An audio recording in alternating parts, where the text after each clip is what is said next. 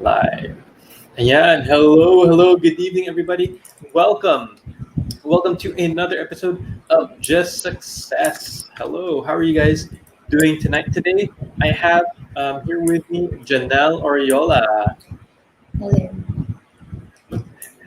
Yeah, I think we can hear your electric fan, by the way, Janelle. Sige, Nabibigyan siya. hear ito. Sige, no problem. Ayan, sige. So, yeah, how are you doing, Janelle? I'm doing okay naman po. Sige. That's good to hear. That's good to hear. Well, tonight, Janelle is going to share with us her secret sauce, a secret sauce to become a social media extraordinaire. So, are you guys excited? If you can, and if you're watching, if you can hear me and see me, please comment. Please comment down below. I'll also share this sa flip sa Facebook group natin. Share the group.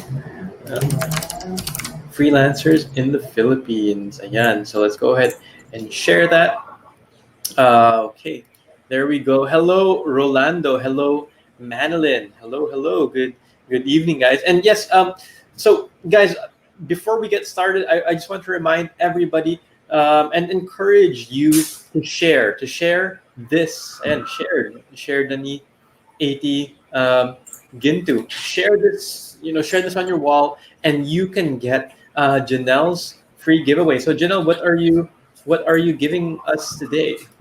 Um, in the PDF, yung tools that I use for being a VA/EA, and then yung tools that I use for social media management. Plus, some tips na parang at least I know being this, if you're a newbie in the freelance world, so kailangan mo din ng parang pang-motivate. So, gumawa din ako ng onting images dun.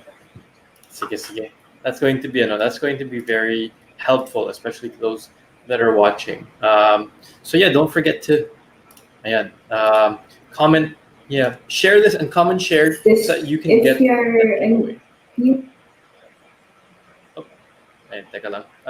Pin ko lang muna itong comment na to. There we go. Yeah, so that's going to be very helpful. The tools and tips to be a better executive VA and social media manager. That's Janelle's personal tools, her personal tips. Yeah, share this with your friends and family. Share this on your wall, and let's share the story with more people. So, greeting some people tonight. Joanna, hello. Kanina pa naghihintay. Excited na siya. Jing, Geraldine's from Cabuyao.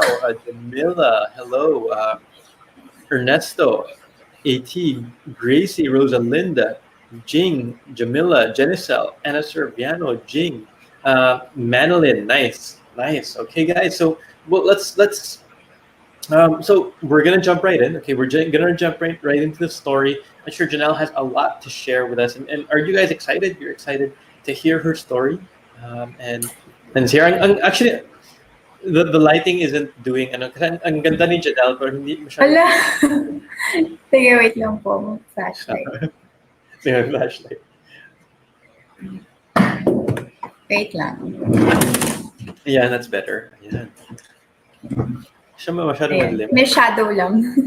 May shadow, or that's a lot better.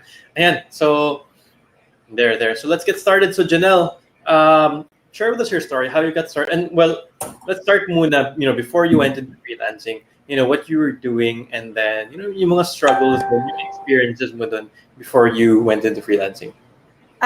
Okay po. So, I started off as a recruitment assistant for an agency. We send carpenters, yung mga engineers, we send them to KSA and then Saudi. So, I stayed there for 3 years as a recruitment assistant. So, basically, paperwork, more on admin. And then, nag-progress siya as I nagka-client, kasi yung clients namin will fly here to do the final interview sometimes. Mm-hmm. So, I used to help with that until, yun nga, I wanted to do something more. So, I transferred to a different company, brokerage firm naman siya. And then, I'm a listing specialist. I get yung mga taong naghahanap ng bahay, ng condo, yung requirements, and then to make sure na para yung nahanap nilang condo, the same as dun sa condo, may offer namin for them. And Local then, Pilipinas. yes, dito lang sa Philippines. And then after that, nag-transfer ulit ako kasi the company was losing money na. So, nag-file sila ng bankruptcy. So isa ako dun sa mga tao na na-lay off kasi they kept a small number of people.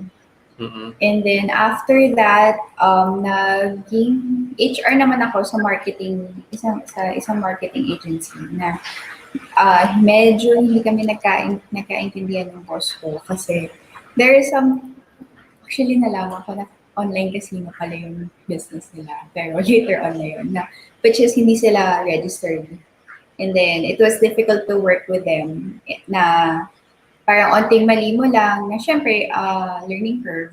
So, onting mali, you'd be transferred to another job responsibility na parang, it was difficult to work kasi parang bawal ka magkamali. And then, nag-start yung freelance exposure ko was because of my mom. My mom naman was an executive for a property management company. So, director na siya. And then, she felt na she was tired. So, after no, sabi niya, she wants to check yung online business. So, ganyan. Tapos, syempre, yung initial reaction ko was, since yung training niya sa akin is, before you transfer to another job, you're supposed to have a parang solid job offer na hindi ka matitenga. So, binalik ko din sa kanya yung tinuro niya sa akin na may ano ba, may security ba na mag-online freelancer tayo and all that. So sabi niya, oo, kasi ganito, ganyan. In-enumerate na niya. Hanggang sa, yun nga, napagod na ako dun sa work ko. So sabi ko, sige, mag-freelancer ako. And then, that was the time nakita ko yung ads niyo. So at that time, nag-freelance na yung mom mo or hindi ba? Siya na yung nag-umpisa. Okay. So, dahil sa kanya, kaya ako parang, may iba pa palang ways na para kumita ka. And then, so, tinuturuan na niya ako. And then after, I believe, nung nakita ko yung ads niyo, that was January. Wala pa akong makuha ang clients noon. Super, as in, sabi ko, buti na lang sa videos niya, sinasabi niya na it's not like parang quick fix na pag natutunan ko na yun na yun, may pera na ako. Which is hindi naman mahirap talaga siya. So, ayun, but I felt na it was really helpful for me that time kasi malapit na ako mag-lose ng hope na parang sa kaka-career ko ba ako dito. Mm-hmm. So, ayun. And then, good thing, may isang client from New Zealand na nag-take ng chance with me. Na as in, parang super admin lang talaga yung alam ko. And through yung tutorials, mas na-market ko yung sarili ko better. So, yun. So, yung client na yun, I remember sharing dun sa group na papadala sana nila ako sa New Zealand. Kaso, yung problem with that arrangement was, gusto nila, friend lang ako. So, hindi ako under ng company. Kasi mas mataas daw yung expenses and all that. So, parang sabi ko, it's difficult for me, especially I'm coming from the Philippines. So, it's different yung application form ng visa. So, mas medyo sila stricto. And, sinasabi ng mom ko na baka pagka nalaman nila na employer ko pala talaga yung pupuntahan ko, baka mas magka-problem pa ako kasi hindi na ako makabiyahe ever. So sabi ko, wag na lang kasi it's too risky. So I stayed with them ng 2 years hanggang kasi they're a venture capital company. So I mostly deal with investors na I have to like parang arrange meetings for them and all that. Hanggang actually feeling ko swerte ako dun sa mga clients ko kasi super long term sila. So I have 3 clients now na long term na I started off as an admin, and then for one of my clients, she's a systems coach. So, ang dami ko talaga natututunan. So, even if mababa kasi yung rate ko initially noon. So, sabi ko, okay lang, para I believe na madami akong natututunan sa kanya. And then, ngayon, good news for me kasi I'm up for a promotion now. So, Oh, wow. and all Congratulations. that. So, ayun, yun yung journey ko. And actually, the other night, kasi yung grandmother ko na stroke. Hey, So, thanks. syempre, kailangan alagaan. So, sabi ko, buti na lang, I started my freelance career before pa. At least ngayon, I can take care of her. Yeah, yeah. So, That's one of the perks talaga of freelancing na parang you have the flexibility na in that case naka-emergency diba? So yung yes. mother mo it's a great thing na you're able to be there diba? You're able to be there to Yes. take care of her. So let's go back a little bit to your story. Na curious na di ba kasi your mom started freelancing parang Yes. nag-study lang ba siya? Sorry.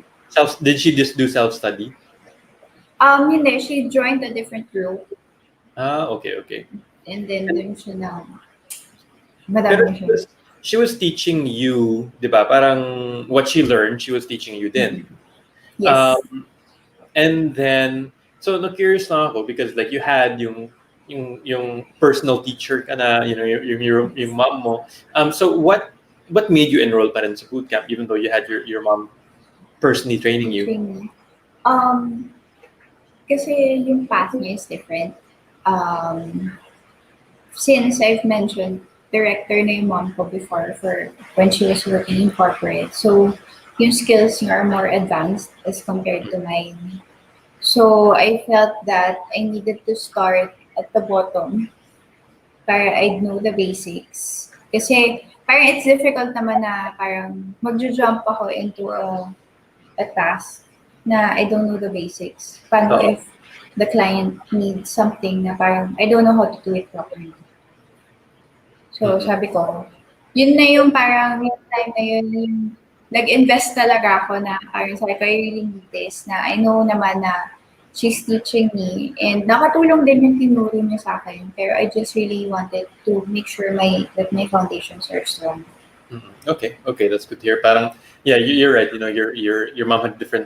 Sorry, and it's good she was able to translate her skills that she learned sa property management company Yes. to freelancing. But yeah, you had to start, diba? You had a different path, and you wanted to learn yung basic skills. So that's great. At least I'm happy na from that you were able to learn yung basic skills sa bootcamp. Oo, super helpful siya, and parang minsan pag may nakakalimutan ako. Actually, the reason why I like training videos kasi there are times na parang, syempre, lubog ka na doon sa other work mo eh. So, pagka kunyari, ito gawin mo. Tapos kung, ano nga ba nagawa ito? Tapos, go back to the videos na parang, okay, sige. Tapos, i-apply ko na siya. Yung ganon. So, I enjoy yung mga videos. That's really great to hear. Really great to hear. So, but diba, you said diba when you were you saw like the VA bootcamp ads nung January 2017, diba? Yes. January 2017. But even before that, you started training now with your mom. And when you first started, you were struggling, diba? Yes. You were, and I remember before nung sa group before, parang it was a challenge. You were sharing that it was a challenge at first. And the reason why I'm bringing this up is because marami tayong mga members, mga students who also go through that process, diba? And nakaka-discourage, diba? When you're going through that process at that time. I remember parang muntik ka na mag-give up. There was a time na muntik ka na mag-give up before. No? Yes, oo. Parang minsan nga, sobrang nalulungkot na ako na hindi ako makahanap na client. Sorry din sa mga nag-share na yung success nila. I know they don't mean anything naman. Pero sabi ko, bakit buto pa sila nakakuha sila ng client kagad. Pero I know na it's yung negative feelings ko lang na nagsasalita na parang imbes na isupport ko sila, nainggit ako. Kasi super inggit talaga ako. Tapos nasistress din ako sa expenses sa house. Na parang, syempre yung na-save kong money is already running out. Syempre kasi I have to yung mga kailangan mo palengke, may kailangan ako maglagay ng pagkain sa ref, yung ganon. So, na-stress ako, but what kept me going was yung what in one of your videos you mentioned na it's not easy, na talagang mahirap siya to find clients, but may mag-yes din sa'yo. At tapos ano pa, one time, so syempre Upwork pa tayo nun eh, di ba? Oo. So, naban ako sa Upwork. Oh, yeah. Naban ako sa Upwork. Sabi ko, shit, paano ako maghanap ng trabaho hanggang sa naghanap na ako ng ibang platform. Ayun, doon ako nakakahanap ng clients, and also ay naghanap din ng clients sa Facebook. Oo. Well, it's good to hear you still persevere, di ba? Kahit nung time na yun, you got banned from Upwork, bago pa yung banning at that time na ban ka sa Oo. Upwork. Oo.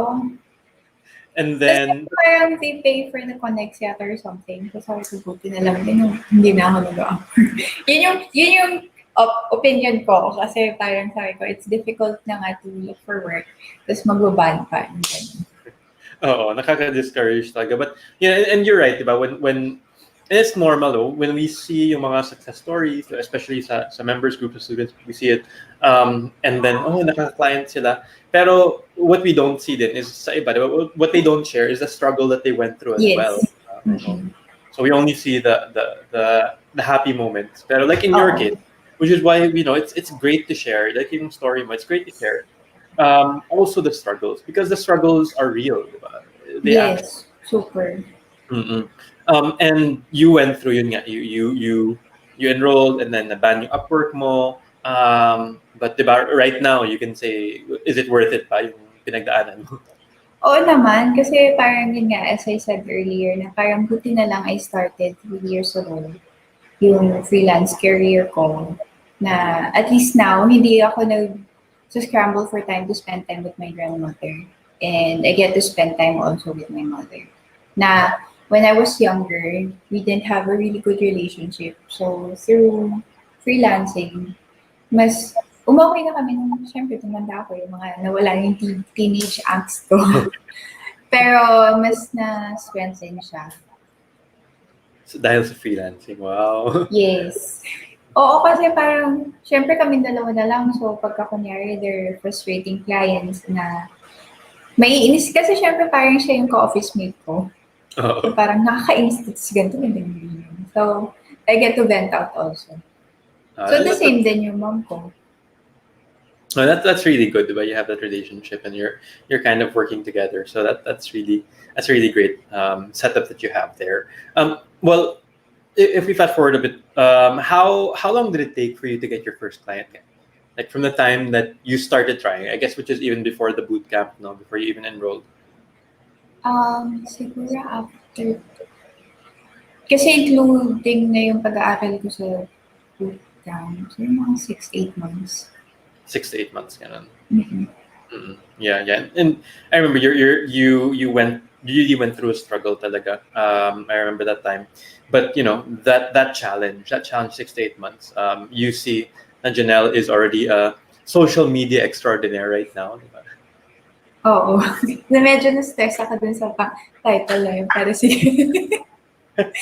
Kasi parang feeling ko I'm still not an expert.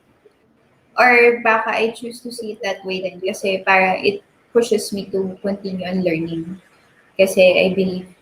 And mind you, I don't like studying. When I started freelancing, dun lang ako parang, pagka kunyari may hinain sa akin bagong software, I shared in my profile, I think last 2 weeks ago, na parang pag si client nagbigay ng application and you don't know how to use it, wala kang choice, kailangan mo siyang pag-aralan.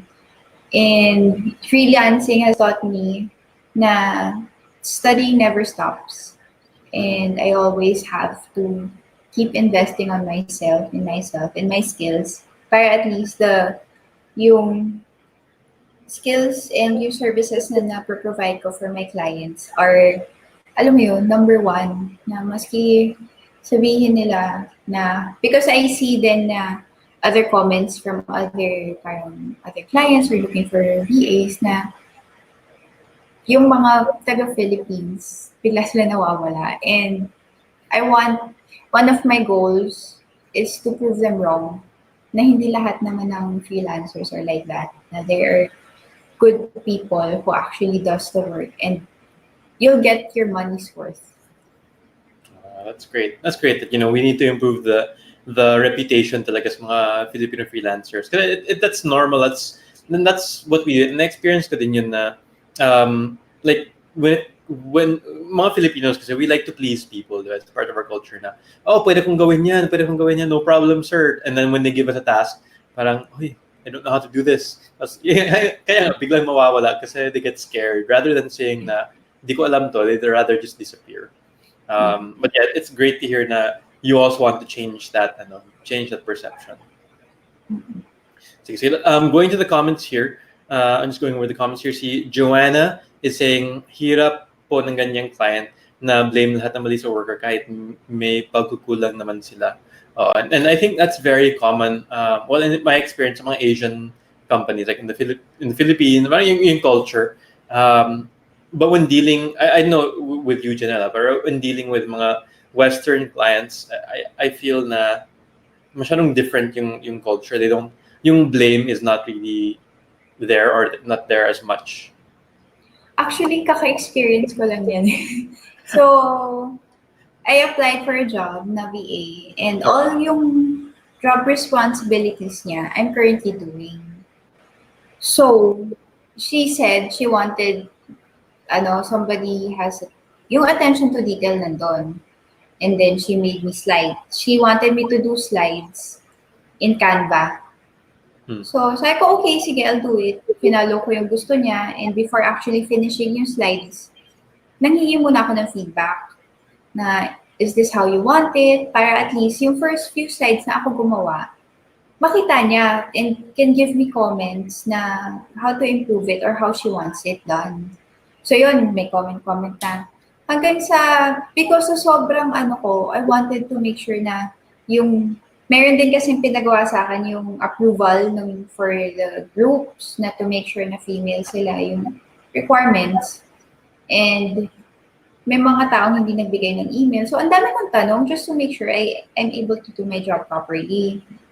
Ngayon, so hindi nagparamdam, nag-thank you siya for yung work na ginawa ko, ganyan. After a few days, nag-reassign na siya ng task dun sa other person. Sabi ko, okay, sige. So, baka ayaw niya yung gawin ko. So, I waited for her kasi parang she doesn't like yung too many questions. Na parang nandun na yung instructions pero for me, it's still not enough na parang may tanong pa ako yung ganon. So, I wanted to make sure na tama yung work ko. So yun, so afterwards sabi niya, I was being dishonest, I was taking advantage of her. Na trial period lang kami. Sabi ko, so syempre na-offend ako kasi parang trabaho ko yun ginawa ko lang naman yung gusto mo ng attention to detail. May attention to detail naman yung ginawa ko, I double check, ganyan, hindi daw ganun yung gusto niya. So sabi ko na lang, yung reply ko na sa email niya, sabi ko, kinompose ko muna syempre yung feelings ko. Sabi ko, it doesn't mean that I took that long. It meant that I was being dishonest and I was taking advantage of you. It just means that we're not a good fit. And being a freelancer, it means that my foundation is trust and honesty. And all the work that I did I was being honest at that time. Tapos blinak ko na lang siya para hindi siya mag-reply sa akin. I'm sorry, pero blinak ko talaga siya sa Skype kasi parang ayoko na sumama yung araw ko. I mean, ginawa ko naman yung dapat kong gawin. So, if that's your opinion, so hindi tayo fit. Hindi ko naman isisiksik yung sarili ko. Oo. I think you handled it really well naman. Tama naman yung ginawa mo na at least you responded, di ba? Hindi ka lang nag-disappear. At least you responded and explained your side. Kasi di ba, I guess, tama naman, hindi kayo fit ng client. Yung personality nyo is just very different yung expectations nyo. But yeah, that's a good story to share na yung experience mo na ganun. And we all experience, I guess we go through those mga ganyan mga clients, yung mga medyo weird na clients, weird na experiences. Oh. Yeah, I'm looking at the comments here. Si Anna Serbiano, sabi niya, Walang madali kahit anong field talaga. Push lang lagi. Pray, persevere until something happens. Great, great. There's a question here from Henros Miranda. Bear with me exaggerating a bit, but what would be the worst thing to happen if we apply for at least 80 unique online job posts a day? Grabe naman yung 80. Sige, what would you say, Janelle? Kasi ako, I try to like siguro 2 to 3 applications a day. One, kasi for somebody siguro na starting, kaya siguro 80 yung comment niya. Pero kasi when I was trying to apply, I tried to, sorry, si Bixby. Sige. I tried to limit it kasi I wanted to, to make my cover letter powerful, na mapansin nila ako. Na there was this one time I applied for another position sa Facebook na bigyan ako ng compliment because ako lang yung nagpasa ng cover letter. Ako lang yung nagpasa ng resume at the same time. And ayun, I wanted to make sure na yung ipapasa ko dun sa kanilang application. Maski hindi sila mag-yes sa akin, basta at least I know I did yung research ko properly, tama yung wordings ko, na-match ko yung skills ko dun sa kailangan nila. So yun, so siguro for a newbie, I think yung application ko that time, siguro 5 na yung pinakamadami a day. Kasi, because Upwork is strict. 5 connects lang yung ginagamit ko.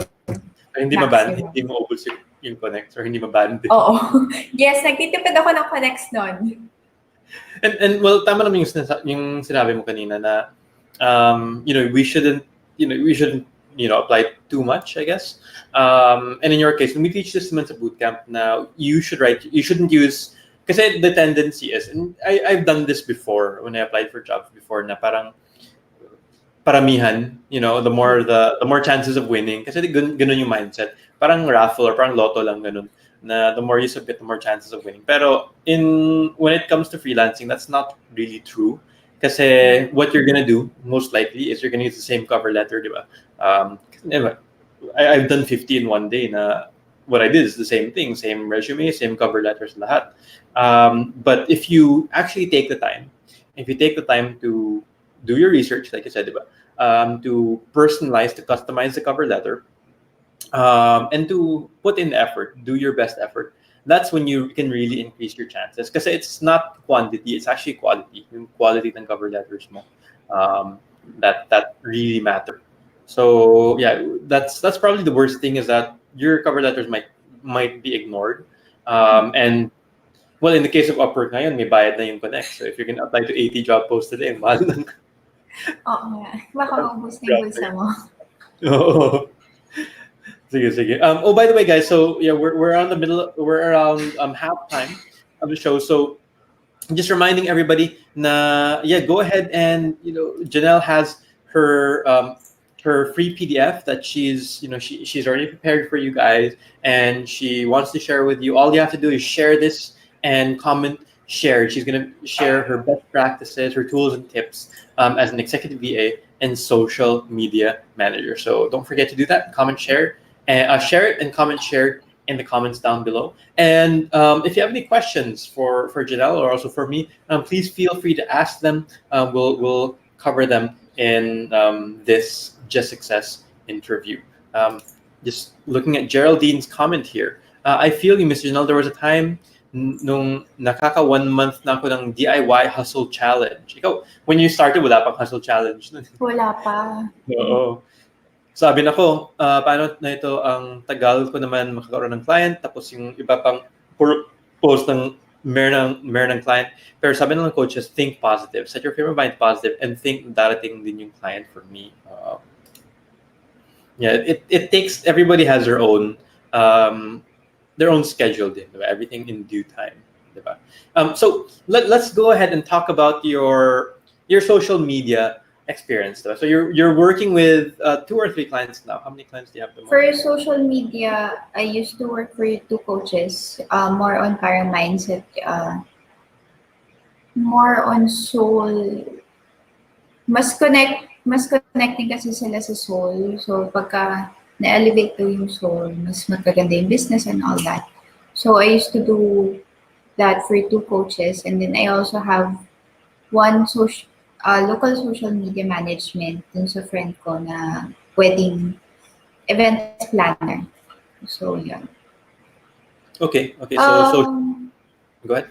Social media, yes. So, Facebook and Instagram management. So, content yon, mostly content management. And for yung local ko, I'm the one who comes up with the content, with the captions, with the hashtags. And with social media, I have to enroll in a different class or parang training videos. So, at that time, yun, parehas pa rin kami nung mom ko. Nag-enroll kami at the same time. So, I think kasi with social media, it's a continuous learning. Kasi palagi may bagong trend, palagi may bago kay Facebook, palagi may bago kay Instagram, yung algorithm nila nagbabago. So, I try to, as much as possible, keep up yung sa mga bagong trends nila. Nagsusubscribe ako yung mga social media na kalimutan ko yung pangalan nila. Pero, nakasubscribe ako sa mga social media gurus. Ka talaga. Sorry. Nag-blank ko yung mga pangalan nila sa akin. Pero, yun, sinabi, ano ba yan? Si Neil Patel, nakasubscribe ako kay Neil Patel. Nakasubscribe ako kay HubSpot kasi they always come up with newsletters and letting me know na ito yung bagong trend and all that. So, ayun, I find ways. Nakakatawa kasi ayoko mag-aaral. Ngayon, ako na yung naghahanap ko ano yung pag-aaralan ko. Yung freelancing, ito talaga yung freelancing na to, no? Oo, doon ko siya nakita yung, buti pala, nung bata ako, medyo pinipilit na ako kasi yung mom ko, nung bata ako, I really didn't want to study. Kung may choice ako, nag-drop out ako sa high school.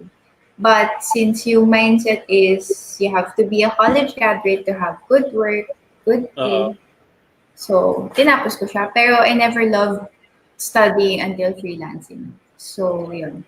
So now you can say na you love studying na ganun. Oo. Weird na ngayon ko lang siya nakita yung love ko for studying. Pero yun.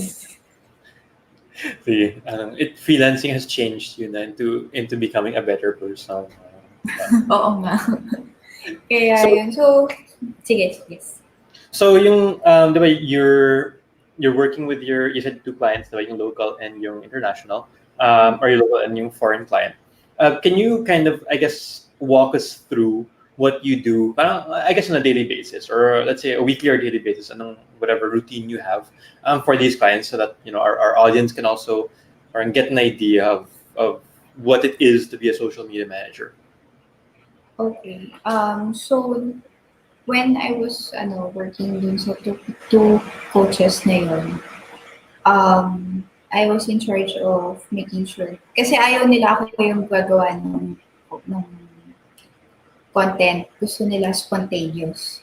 So every time na magpo-post sila sa Facebook, I have to transfer it immediately sa Instagram. Tapos, I have to make sure, ako na bahala dun kung paano ko ipopost sa stories nila, including kung may bago silang ipopost dun sa wall nila. I have to make sure na gagawa ko dun sa stories nila ng new post. O kaya swipe up, gano'n.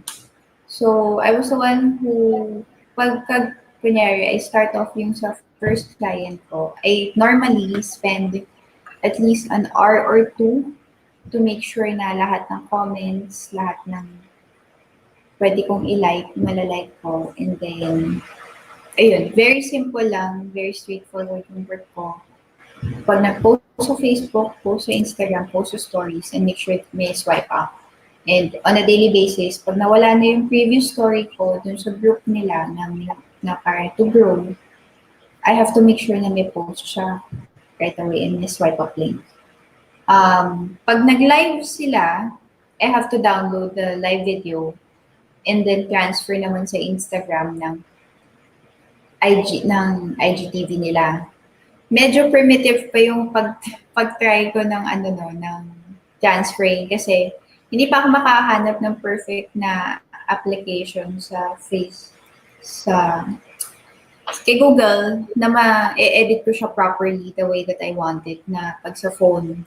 Because I find it easier pag sa phone ko kasi siya ginagawa compared pag sa yung extensions ni Google. So yun, tapos mag-transfer ako dun sa isang coach, ganun din, transfer lang ako, same lang. Pero yung dun sa second, I always do hashtag research. Para nag-iiba yung hashtag niya, tsaka kung ano yung mas madaming postings na makakapansin mo sa hashtag niya. Ayun. And then, for my local client naman, kasi very lang yun very simple, wala kang kailangan na, kasi yung comments, gusto niya siya yung gumawa. And yung mga messages. So, pag may nagbe-message sa Instagram or Facebook nila, may template na ako na this inbox is not being monitored, kindly forward your inquiry to this email. Yun lang yung isi-send ko. Pero yung management ng postings nila, ako yung nagka-come up. So, I normally do it like, I pass 1 month ahead. So, ginagawa ko siya. Mag-start ako let's say, kunyari ngayon, nag-start ako on July 15. Yung target ko is mapass ko yung content ng July 17. Para by the time na approve na siya, okay na yung content ko for August. Okay. So mostly, gusto ko advance. Para at least advance ko siya na sa schedule. Gamit kasi namin Hootsuite. So both for Facebook and for Instagram. Okay. Ayun. Wala pa akong very heavy na social media management. Pero I applied once for a social media guru na one of the tests was yung process ng tao. So, I came up with their customer avatar, yung buyer's persona. Isa lang yun. Customer journey. And then I have to come up din yung content calendar nila. So, yeah, and that's more advanced. Parang that's the more advanced na social media management na style. No? Yung planning din Pero that's what I want to para makascore talaga ng client. Kasi syempre, medyo ginawa ko na siya dito sa local client ko na I have to come up yung journey nila kung paano yung mahahanap yung Pero I also want yung mismong planning. Mas may experience kasi syempre, yun nga, I know social media is a continuous way of learning things. Pero, yeah. Yeah, that's always that's a very interesting, it's a very interesting field, I'd say. Itong going through that whole creating customer avatar, buyer journey, and then all of that. In terms, I wonder, was it HubSpot ba yung parang HubSpot uses that a lot diba, in their trainings? Yes, meron din sila kasama. Tapos parang with HubSpot, ang dami nilang tutorials na ang dami. I started studying yung inbound marketing nila and it's really interesting. So, pagtapos mag-jump na naman ako sa ibang video topics. Pero certified ka na sa inbound marketing? Malapit na ako matapos. Pero onti na lang. Pagkatapos nun, actually nakapila na siya sa akin kung ano yung pag-aaralan ko. Lilipat mo na ako kay Facebook Blueprint, tapos pagkatapos nun, kaya na. Wow, basta nakapila siya. Dami mong pinag-aralan. Oo. I said nga earlier, kailangan madami akong matutunan para I can do my job properly. Oh, that's great to hear. At least you're really living that the continuous learning as a freelancer. So I'm looking back at the comments here, and we have Jacqueline Arsenio is asking, how do you handle negative feedback from clients? Yung clients, kasi I always ask for feedback. Okay lang sa akin kung positive, negative. Pag negative, I always try to find a way on how I can resolve the problem. Tatanong ko na kung ano gusto nila, kung do you think na, sige, yung isa ko kasing work dun sa systems coach is transcription. And medyo nagka-problem kasi kami with the software na gamit namin, si Temi. I'm not sure if you guys are familiar with it. So Temi already creates kung ano yung nadinig niya doon sa audio, tina-transcribe na niya. But yung words, there are funny words that aren't supposed to be there, so I have to edit it. So nagloloko siya for a couple of weeks and months na ang dami kong backlog ng transcription, and then my client was already panicking. Sabi ko, sige, what we can do is I can work on the newer audio transcripts para the clients won't have a problem going back to it, para they can take notes of their action steps. Always present a solution. Huwag kang matatakot na magsabi kung anong tingin mo yung solution. Kasi maski sabihin natin at the end of the day, you're still the one who's doing the job, but you also have to make sure that you're doing it properly. So if you see client thinks na you're not doing this, ganyan, tapos dinaldalan ka na, just listen and then try to find a way na to make him or her feel better. Na ito na yung solution, is it okay with you? Okay, that's a great way to approach negative feedback, or especially when you're still working with a client and you receive that. Parang you have that backup plan, you have that alternative approach. Parang always present a solution. Right? That's really good. Hindi lang ay wala, diba? There's always that solution. Sige. Where is I here? Joanna, yung client ko sobrang toxic, nag-email na ako sa Upwork kung pwede siya end contract. Like kung may LQ. May LQ sila ng client. Yeah. And that's a bit tough. Diba? And as freelancer, like in your case, diba, Janelle, your other front trial client, we have the freedom to kind of choose our own clients we work with. Unlike before, diba, when you were working in that yung marketing agency, tama ba yun? Oo. No, Yes. Parang you didn't have a choice na, diba? Because you can't have multiple clients or multiple work. Dito in freelancing, you can have multiple clients naman. So you can be a little bit picky din. Mm-hmm. At saka parang if they don't like, parang hindi ko na, ako kasi ayoko na pagsiksik. Yung personality ko kasi ayoko na pagsiksikan kung ayaw. Kung humiti ka, edi hindi. Ganon. So, I apply it then with the clients that I apply to. Pero bago ko layasan yung isang client, kailangan may kapalit na ako. Same principle nung nag-a-apply ako, pero I can have multiple clients na para at least hindi ako pilay. Mm-mm. Kasi syempre, mahirap mapilay, may mga pinapakain din tayo. Yeah, tama naman din. But with freelancing, you can have, diba? There's more parang more choices talaga. See, Yes. sabi Jing, we are not a good fit. That's actually a good way to handle a client who wants to use you as a scapegoat.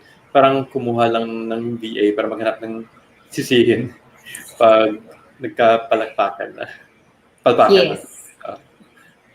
Sige. Nag-share si Joanne ano nangyari. May updates. 2 to 3 Brenda's 2 to 3 applications a day sa online jobs.ph. Oh, by the way, you mentioned earlier na aside from Upwork, diba, nung naban ka sa Upwork, you went through Facebook groups then, pero Yes. you also use another platform. What platform can you share? What platform you use? Talent Hub staff. Pero parang, lately kasi medyo onti yung postings for VAs, more in for technical, yung nakikita ko, for technical VAs yung nahanap nila yung mga web developers and stuff like that. But, may backup din ako na online jobs PH. Pero, I try to find yung mga clients na negotiable yung amount kasi online jobs is also known na maliit lang yung binibigay sa Filipino freelancers. But there are also clients na willing to negotiate. Yeah, you negotiate a higher rate. Yes. Minsan nakakatakot pagka bago ka nag-negotiate na para saan tumanggap sila. Pero you just have to stand your ground and know yung worth ng services na ibibigay mo sa kanila. Yeah. Know the worth like of your service. Do you have any tips for? Because I know that's something that I guess culturally we're scared of, diba? Hindi tayo sanay. We don't ask for raises sa trabaho kasi corporate. It's not something we usually do. What would you say? What would you say are like some best practices in knowing your worth and negotiating rates? Kunyari, let's say, yung current work ko is a social media manager. Yung basic lang. So, syempre, I want more experience. I apply for another social media management na, kunyari, medyo dagdag yung basic, tas onting intermediate tasks. I do muna the task ng yung rate na gusto nila. And then, pag na-exceed ko na yung KPIs, na-exceed ko na yung expectations nila, that's the time that I would ask for a raise na saying na ito yung na-accomplish ko. Or pagka-vibes naman kayo ni client na pwede kayong friendship lang yung mag-usap, you can just ask them. Kasi there are clients who wants na direct yung VA nila. Kasi like with my experience, yung client na na-tsempohan ko, she wants a VA na parang sinustock siya. She wants a VA na hindi pa niya ginagawa, alam ko na yung dapat kong gawin. So, yun yung client na madaling kausap, can I get a raise if I exceed your KPIs and this is why? So, yun, there are generous clients and may clients lang talaga na kailangan mo listahin na ito yung accomplishments ko sa past, like let's say, 5 or 6 months. Ganon. Kailangan mo lang talaga tatagan yung sarili mo kasi minsan nakakatakot or nakaka-intimidate sila client na parang, bakit? Yung ganon. Pero you also have to parang tell them na I need this, ganito, ganyan. Yung ganon. And like what you said, diba, proving yourself na oh, this is what I was able to accomplish. Diba? That's very good. It's a very good way to ask for a raise kasi you have proof naman talaga na you're worth it. Diba? Hindi lang, you're not just saying it na, oy, bigyan mo ko ng raise. You actually have yung substantial evidence. Diba? Yeah, kaya I make sure din na pagka kunyari, yung client ko is doing a certain thing na parang ginawa niya dito, pero hindi niya ginawa dito. So, sasabihin ko, can we do this since you did this before? Na parang we can make it into a system na. So, yun. Most, I try to be 1 or 2 steps ahead of them. I know the clients talaga. And that's a very good practice, I'd say, of a higher value freelancer like yourself na who thinks in that way, na who can make recommendations to clients. Because when we start freelancing, normally when we're VAs, we start as freelancing, we're scared to make recommendations. Parang whatever the client says, gawin mo lang, ganun lang, diba? But as we evolve and as we grow, diba, we get to the point na, oy, Mr. Client, diba, I noticed na ganito, diba, can we do this, like what you're doing, and you make recommendations. And that's when you're actually a lot more valuable to your clients. When you're more comfortable telling them what do you think mismo. You're not just a robot na, gawin mo to. Say, you do it. But you think on your own then for their business. Yeah. I'd like lang to share kasi yung client ko was looking for a client success manager. So, admin lang kasi ako dito for this client. So, nakita ko dun sa job posting niya, dahil na-chismosa ako na yun naman yung gusto niya. Stop mo yung client mo. And then, stalk ko siya talaga. May nakikita ko, job posting, ganito yun. Kasi I'm the one kasi managing her emails. So, nakita ko doon, your job posting is approved. So, tinignan ko, search ko. Kasi sabi ko, parang lahat halos lang other works ko nandito sa tao to. So, chinat ko siya. Sabi ko, I saw that you're looking for a client success manager and some of my work, some of my responsibilities are her responsibilities. So, dahil straight to the point naman sa ko, are you replacing me? Diretso talaga kasi okay sa kanya yung ganun eh. And being a systems coach na parang she saw it as a positive trait of mine na asset sa kanya yun. Kasi I'm not another problem that she's gonna have to deal with kasi may mga VAs na pag nakita yun, mag-resign na. Na parang, Discouraging. pag tinanong bakit, kasi you're replacing me with another person rather than asking them na kung papalitan ka ba. So yun. So, on my part, naging positive siya sa client na she doesn't have to bother na parang na magiging problem pa ako na maghanap na naman siya ng another VA. So, yun. So, ano sabi ni client? Sinabi niya, no, I'd like you to stay with me for a long period of time. Wait lang, basahin ko. Yung message andun pa. Oo, kasi screenshot ko siya kasi magandang testimonial siya. Wait lang, let me find it lang. Favorite ko kasi siyang comment sa akin. Kasi I believe super compliment siya sa akin. Wait lang, sorry, ang dami kong screenshot. Sige, okay lang. Ayan, sabi ko. So sabi niya, by the way, if ever I feel like you're not doing a good job or I'm thinking of letting go of you or replacing you, I will let you know a long time before and then you can try to fix it. Sabi niya, it will never be a surprise. You've been doing a great job. I wouldn't want you to leave me at all. So, maski siguro tumanda na ako, hindi niya ako bibitawan. Hopefully, kasi better. Ongoing yung income sa akin. Sabi niya, and yes, I'll definitely be letting go of stuff. So, more of parang nagkaroon na kami ng client ko ng relationship. Na dahil sa pagiging income. Sa feedback na yun. Oo. Na wish ko din na sana makahanap din yung fellow freelancers natin na ganong client. Kasi feeling ko, ang swerte ko dun sa mga kliyente ko na ang babait. But it goes both ways naman din. I think it's not just the clients, but also the freelancers or the VAs na have the right personality. Diba? Like sabi mo sa isang client, you're not a fit. Diba? Baka iba yung hinahanap niya, somebody who just does work and doesn't ask questions. Pero in your case, you have your own personality, and then your personality matches with like the clients you have right now. So it's a two-way relationship. I think everything is always a two-way relationship. Na ganun. It's always going to be a fit or going to be a match. We look at ano pala 7:52 na pala. Didn't notice the time. Ko, sorry. It's good sharing naman, diba? Diba guys, it's great sharing. You guys, are you learning a lot? Are you getting good experiences? Good information.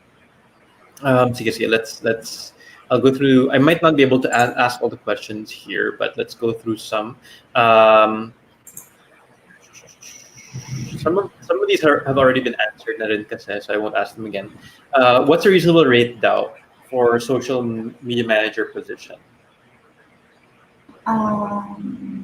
I started off as $8 for one platform.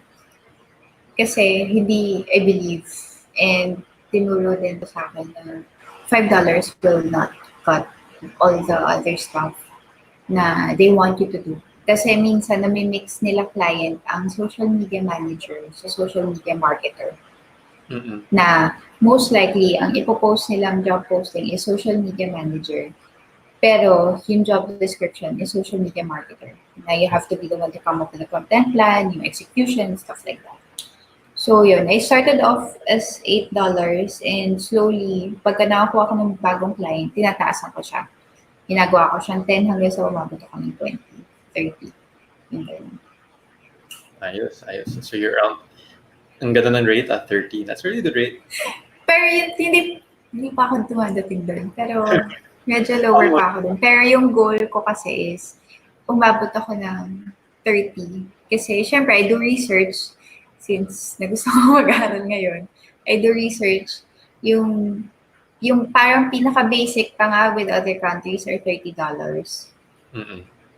Kaya yun. So may nag-comment sa akin na parang, kasi syempre nag-apply din ako to learn yung how to be a VA na international yung mentors.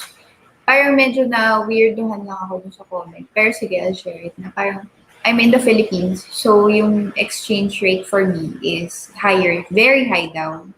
So I corrected that person na parang it doesn't mean na the exchange rate is high. I won't be given the same treatment as the other international VAs na ito yung base. Kasi parang I think yung basic sa kanila is $20. Samantalang pag Filipino, nakikita ko dun sa comment nila, quote nila ng mga 5, 3, pinaka-low na lang nakita ko mga 2. So parang, Mga ganyan. ayoko naman na ma-bracket sa ganun. Maski I'm in the Philippines, I know I can provide value. Oo, diba? And it's the value that matters naman talaga actually, diba? It's what you bring to the table. Kasi when we buy a cell phone, diba? iPhone, it's the same price. Diba? In the US, it's the same price here. So it's what they get out of it and what you bring to the table, what value you bring. Sige, let me. I guess this is a good question to ask. Geraldine's asking, what do you usually reply to clients kung medyo, I guess you're not knowledgeable about the task na ibinigay sa'yo?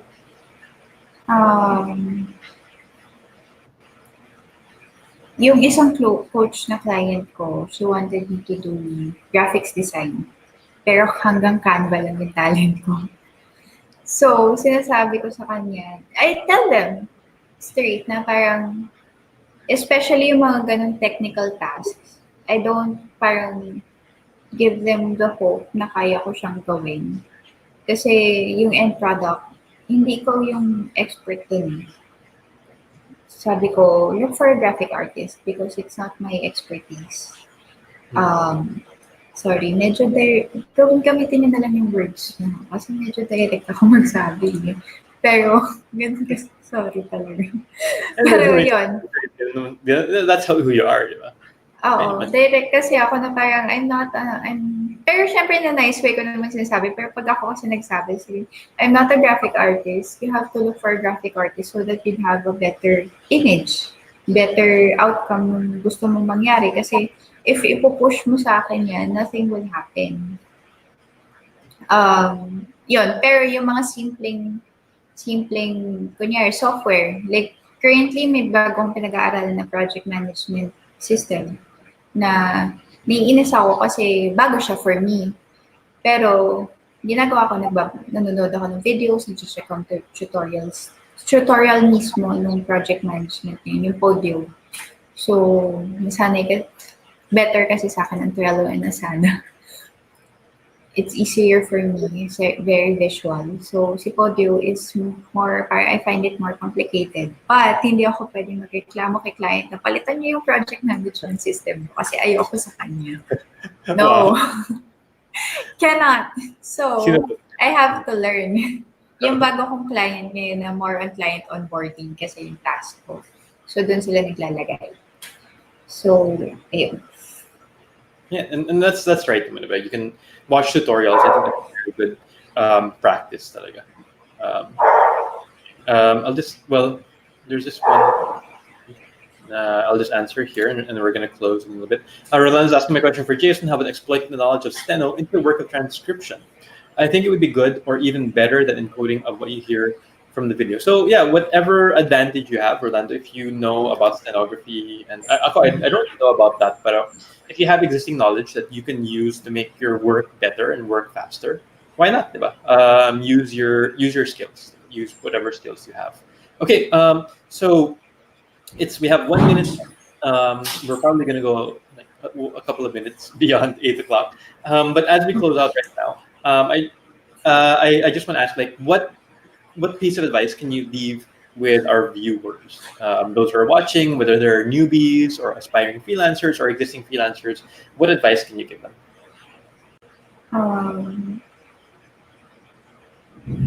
Just keep going.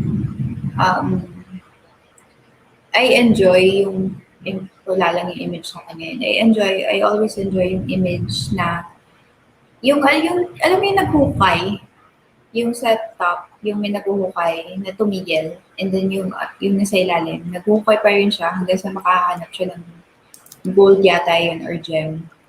So, Ayun. Ako, I always think, onting kembot na lang.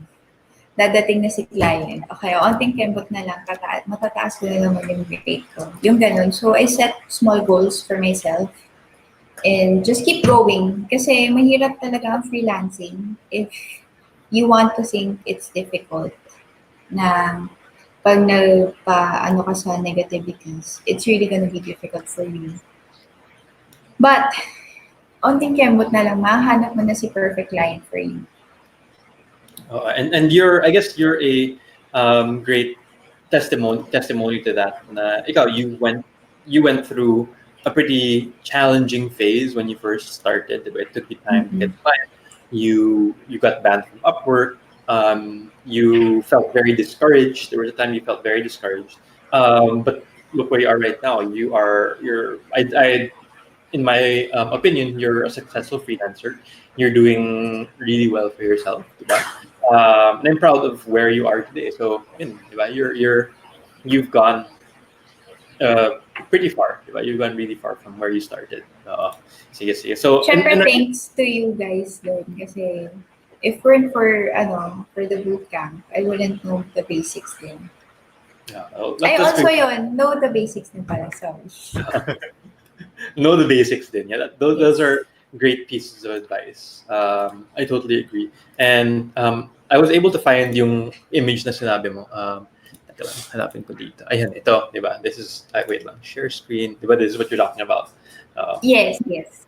So, So, onting kembot na lang, mararating mo din yun. just a little bit more. Itong the guy on the bottom, di ba? Parang konti na lang. He would have hit the diamonds, the mine of diamonds. Anyway, well, as we close out today, just a couple of reminders for everybody here. This coming July 26th, so this coming Friday, this is in the VA Bootcamp members group. So if you're a VA Bootcamp member, you attend this for free. If you're not, then you have to become a member. Dea Panganiban is going to share in our SkillX webinar, navigating Shopify and ticketing platform for customer service. So that's a very good skill to have. And thank you, Dea, for sharing this with the rest of our members. This coming Saturday, there is Flip Meetup Makati. If you're in the Makati area, di ba Makati ka ba? Or something? Marikina. Marikina ka pala. Okay. So Yes. M pa rin. So anyway, malayo pala. But if you're in the Makati area, head over to Jollibee this coming Saturday, 1 to 3 p.m. Jollibee Pure Gold. Mark Belosa and Anna Soriano are going to be there, and they're gonna also have some other members of the VA Bootcamp team. Okay, and also Saturday at 9 p.m. This coming 9 p.m. I'm going to be sharing, or I'm going to be hosting the crash course on English confidence for freelancers, effective communication 101. We're going to talk about especially English confidence, not just English skill, but English confidence. It's going to be at 9 p.m. and there will be a certificate of completion lit that you can get. So this coming Saturday, 9 p.m. Don't forget that. It's going to be here on the VA Bootcamp Facebook page. And next Wednesday, there is our next Jas Success interview with Anna Soriano. Mindset can move mountains. Holly will be interviewing Anna Soriano this coming Wednesday, next Wednesday at 5 p.m. So those are our upcoming events. So as we close out now, thank you once again. Let me just stop yung share dito. Stream there. So thank you once again, Janelle, for sharing your story with us. You shared Thank you insight. also. You're very welcome. And you shared the true story, what happens behind the scenes. And I'm sure everybody, and I mean, to thank you for your sharings. You've inspired a lot of people. And yeah, for everybody watching, thank you for staying on. Don't forget to share this, comment, shared. Even if you're watching the replay, share this and comment, shared for you to get that free PDF. All right, thank you guys. Thank you for staying on. Thank you so much, Janelle, and Thank have a you. great week. Bye-bye. Bye.